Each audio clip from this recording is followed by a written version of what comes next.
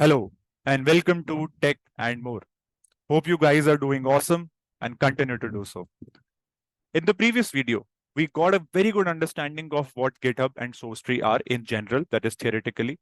Now it's time to get some practical, see some practical action, right? So in this particular section, we are going to see how a repo can be created, how how that repo can be cloned in your local system, and then how you can push your local changes, create a connection between your local system, your local changes, and push them to GitHub, right?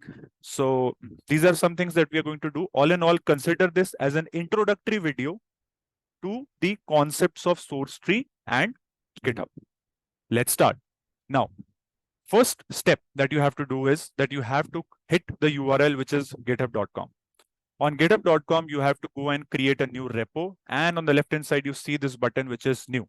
Now, a quick help or a guide to you is that if you do not know what a repo is, what Sourcetree is, what GitHub is, don't worry. As I mentioned that we have discussed all these things that stretch in the last video, in the previous video, please go and have a look at them. Coming back to the creation of a new repo, let me go and click on new. Now, you see some fields, some data which is being asked from GitHub to us. That is, we have to first name the repo. I'm going to name it as tam repo 100, for example. Then I'm going to skip description. Public and private is something that you can opt for. I'm going to opt for public here. Then add a README file. I want a README file to be there. For folks who do not know what a README file is, it is discussed at length in the last video, but for now, quickly, a README file will basically tell the functional aspect of a project. That is, for example, you're working on a web application, then what that web application does, the basic features, basically the manual sort of a thing for the end users is what README file will have. Then you can skip all these fields for now as an introduction, and let's go and click on Git repository. Now you can see that this repository which is created is completely blank, right? Now what I'm going to do is I am going to take a clone of this particular repository. And how do I do it? I click on code button. You see HTTPS, SSH, and GitHub CLI, 3 options. Not going to go into the detail of these 3 for now.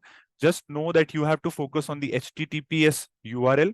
You click on copy, and the task on GitHub for now is done.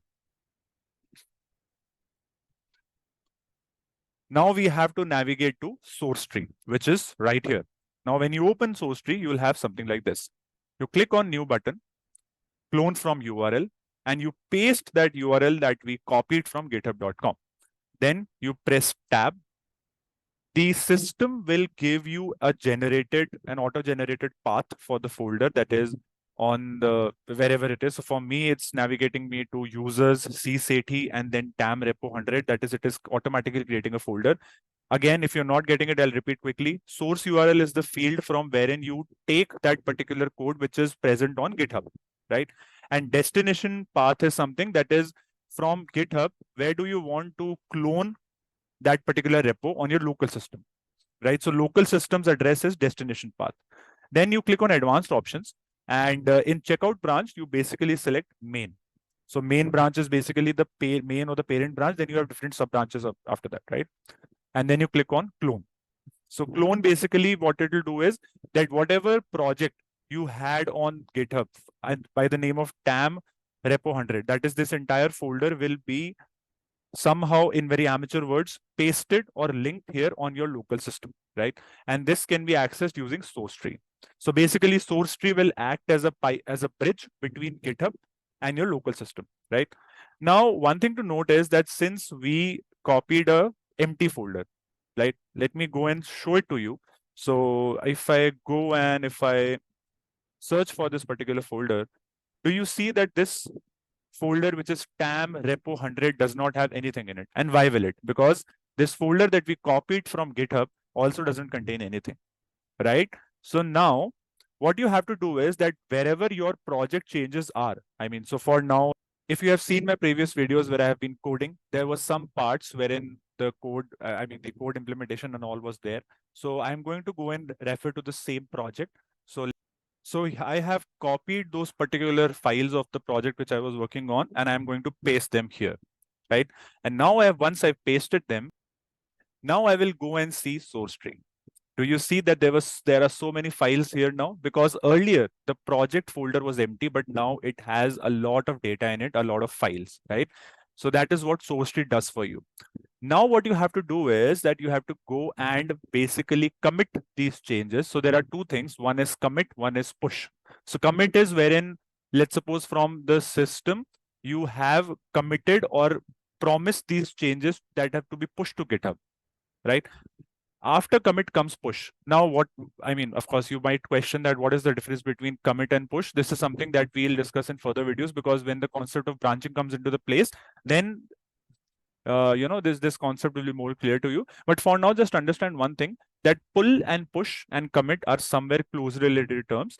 And first I'm going to stage these changes. That is, I do see these changes in my local system, but which changes do I want to send from local to GitHub is something what staging helps us with, right? So for now, if none of this is checked, this means that staging hasn't happened. That is, I'm not going to send these changes from local to the GitHub repo or to the remote place, right?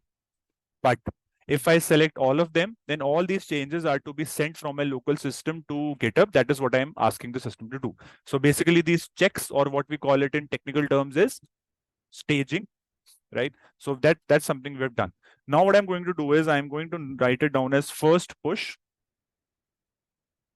as on 25 June 2024, right? And I'm going to push this particular changes directly to main. Now, mind you one thing, pushing your changes directly to main is not at all the right practice. In actual projects, you'll never be pushing on the main branch. It is just for demo purposes for now, because this video is for the intent of those folks who are just very, very new to this particular concept. That is the concept of version control, Sourcetree, and GitHub in general. So now let me go and click on commit. And it asks me to confirm. Of course, it will. Now it's performing and there are some processes happening, and we can see those messages. It says pushing to so and so repo. Of course, it is all in progress for now. Now let's see that. Oh, seems like it's taking a lot of time. So that pop-up vanished away. That is, these changes have been pushed successfully to GitHub. Now let me go and click on Google again. That is, navigate to GitHub. And do you see that all these folders or files which were there on the local system are now successfully pushed to GitHub? That is in our repo, right? So this is a very, very quick introduction, or a way, or a process with the help of which you can go ahead, create a repo, clone that repo in your system, make a connection between your local system and GitHub, push your changes from local system to GitHub, and then you're good to go, right? So for now, this is an introduction. That is how you can go ahead and do the needful. I hope that this video was helpful for folks who are very much new to this entire concept of version controlling. Go ahead, give it a try at your own end as well, because that is the most important thing that you can do while learning. And if you have any questions or any queries, please feel free to comment. Thank you so much for watching again, and see you in the next video.